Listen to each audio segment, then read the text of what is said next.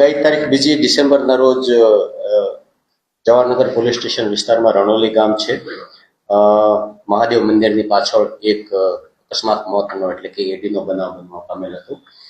આ કામે મરણ જનાર છે નેન્સી, ડોટર ઓફ મુકેશભાઈ પૂંજાભાઈ સોલંકી, અને જાહેરાત આપનાર છે ભાવેશભાઈ રાજુભાઈ વાદી.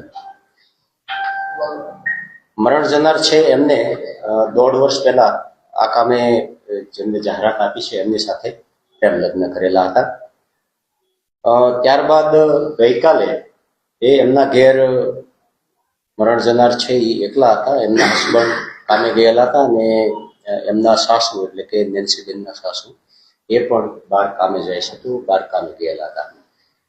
4:30ની આસપાસ એક વખત એમના હસબન્ડ ભાવેશભાઈ સાથે એમને વાત થાય છે ગેસનો બાટલો ખાલી થઈ જવા બાબતે, અને ત્યારબાદ 5:11 આ નેન્સીબેને એમના રૂમમાં પંખા સાથે સાડીનો છેડો બાંધી અને સુસાઇડ કરેલું છે એવા સમાચાર ભાવેશભાઈને ત્યાં જે કામ કરે છે ત્યાં મળે છે. ભાવેશભાઈ પણ ત્યાંથી કંપનીમાંથી આવે છે. આ કામે જાહેરાત લેવામાં આવેલી છે. મેડિકલ પ્રોસિજરમાં પીએમ આપણે પેનલથી કરવા માટેની સૂચના કરેલી છે, અને હવે એમના પિયર પક્ષને એમના મમ્મી પપ્પાને પૂછીએ અને પૂછપરછ કરીએ ત્યાર પછી શું છે એ આગળની કાર્યવાહી કરવામાં આવશે.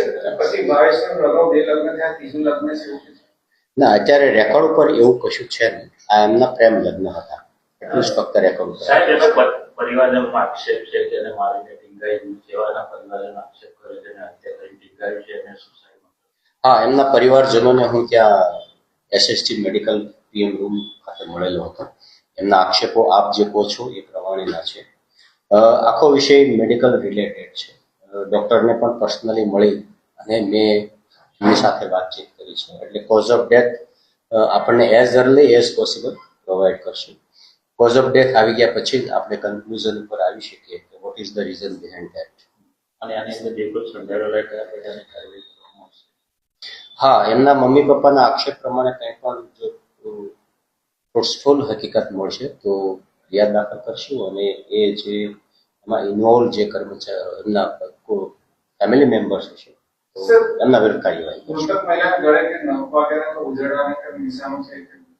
નહીં, નખના કોઈ નિશાન નથી. હેંગિંગ દરમિયાન જે સાડીના છેડાથી જે એક ટોટલ એબ્રુશિંગ જે થાય એ એમના લિગેચર માર્ક્સ છે. કોઈ મારહાડના કે નખના કોઈ એવા નિશાન એમના ફેસ ઉપર કે એમના ગળા ઉપર નથી. ઇન્ક્વેસ્ટ પંચનામું બરાબર હતું ત્યારે ત્યાં વિઝિટ કરીને આ માલુમ પડેલું છે. પોલીસ અત્યારે એક્સિડેન્ટલ ડેથની તપાસ કરી રહી છે. એમની અંતિમ વિધિ પૂરી થયા બાદ એમના મરણ જનારના મમ્મી અને પપ્પાને બોલાવી વધારે પૂછપરછ કરશું, અને એમાં કંઈ અમને ફોર્સફુલ મળશે તો આગળની કાર્યવાહી. ભાવેશને ત્યાં એમના રેસિડેન્સની આજુબાજુના એમના સગાવાલા જ રહે છે.